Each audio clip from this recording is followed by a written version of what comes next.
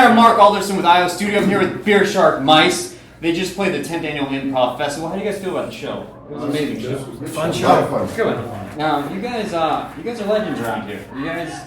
You feel that? Feel that presence a little bit? A little bit. A little bit. How do you guys feel about? You guys performed. You started in Chicago, correct?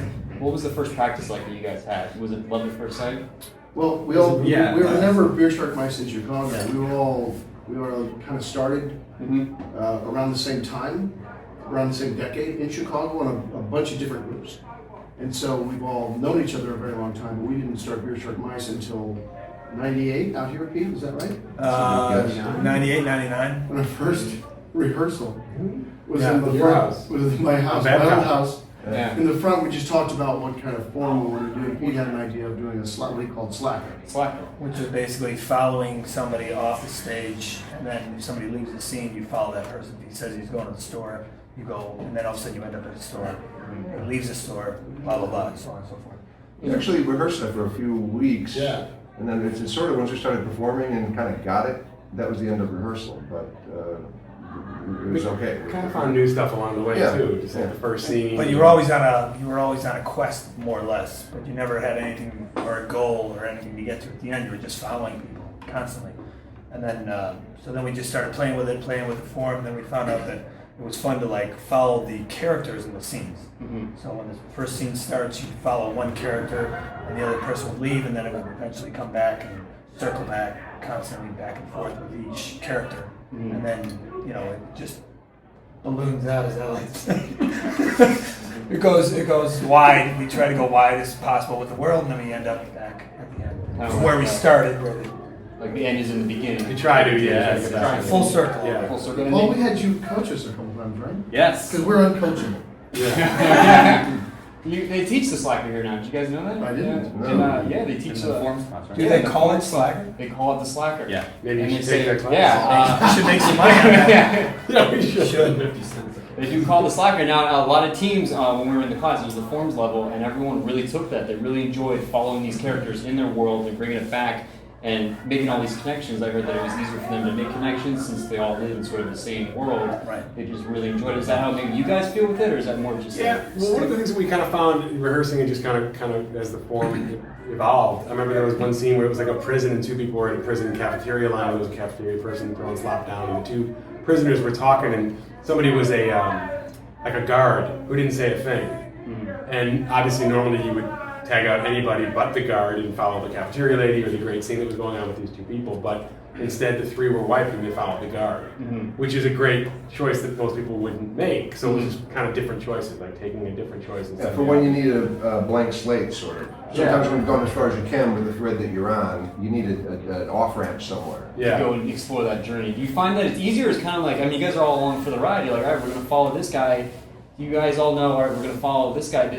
You're all on board. Is that like you don't know? The audience lets you go as far, and the scene lets you go as far as it can. And luckily, with the people that I perform with, they're so good. They'll edit it when it's done. It's finished.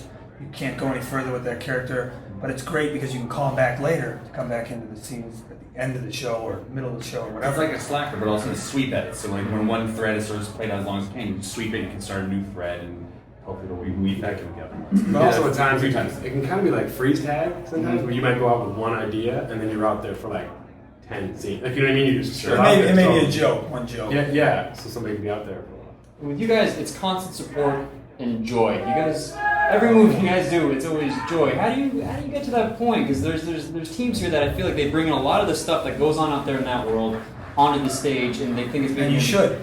As you like cathartic. Well, I think he means though they bring negativity. Negativity, and they're sort of boxed off, and more of like I need to get this out. But if they're using that as more of well, that's okay to use your life, but the rules still apply. I think there's some confusion that you don't have to improvise, because what I've seen a lot of is people start making things up, and you don't have to. What you have to do. Say that thing that you said the other day.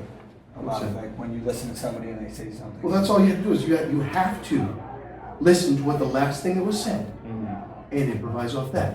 But what I see a lot of is like, okay, you said something, I didn't hear you. Anyway, here's what we're gonna do. And there's like, well, it's over, so who cares anymore? There's not improvising going on. all we know is what just happened. We don't know what's going to happen. You can't do a plot. So that's all we're doing is listening to the last thing said. So And if you let it go, then you then you don't know where the scene is. kind of disrespected the person. Yeah. It's a game, but also it could bring you somewhere where you don't have to create anything. They've already given it to you. Mhm. Just follow that and keep going with it. Everything's on there on the table. It's always there. It's always there. It's like ping pong, I say sometimes too. Somebody's serving it. You're sitting there with nothing, so you can't sit there and go, well, I'm going to be mad at this next line I say, or I'm going to be the governor. You just got to wait for the ball to come through you, and when you get it, you got to hit it back. And if you're not paying attention to the ball, it's going to go off and you're going to miss it. You just accept it all. You're down 1 point. Yeah, I think that people are making it more complicated than it is. Maybe. Because it really should be as simple as a conversation. Simple as a People are able to usually have conversations in life, Mhm. and it's not any different on stage. If you're just listening, True, yeah. you don't go, someone says something, anything, well, anyway, so, Yeah. But and then their bodies get really tense, and then they start, I got a premise, I want to get out. Okay. So it's just breathe in, stay calm, have a conversation. That's how you guys create the magic that you guys have on stage. yeah, sure. We all have a lot of experience, probably compared to, I mean, you can't look at Yeah. a young beginning team and say it's nowhere near as good as people who've been doing it for 20 years or something. I don't know. I'm just saying, a lot of it comes with experience, and plus, it's who you're surrounded by. These guys are, as good as anybody I've ever seen, and so it's so much easier.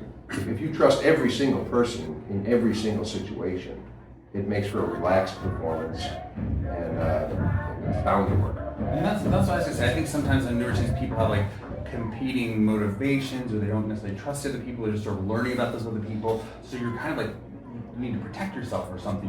They have that instinct. But once you sort of settle into a team, you're doing it for a while, or you work with people who all have been doing it for a while, then you can, like Neil said, you can relax and just really have fun. You don't need to worry about protecting yourself. Or is the show going to go good? Is it not going to go good? You just sort of trust it. And you just sort of flow with it. Thank you guys so much. So go please relax and have fun. Thank you so much for this interview. Beer Shark Mice. Thanks a lot. Go see the one Thank they're you. playing. They rarely play. Go Thanks. see them. So thank you so much. Thank you.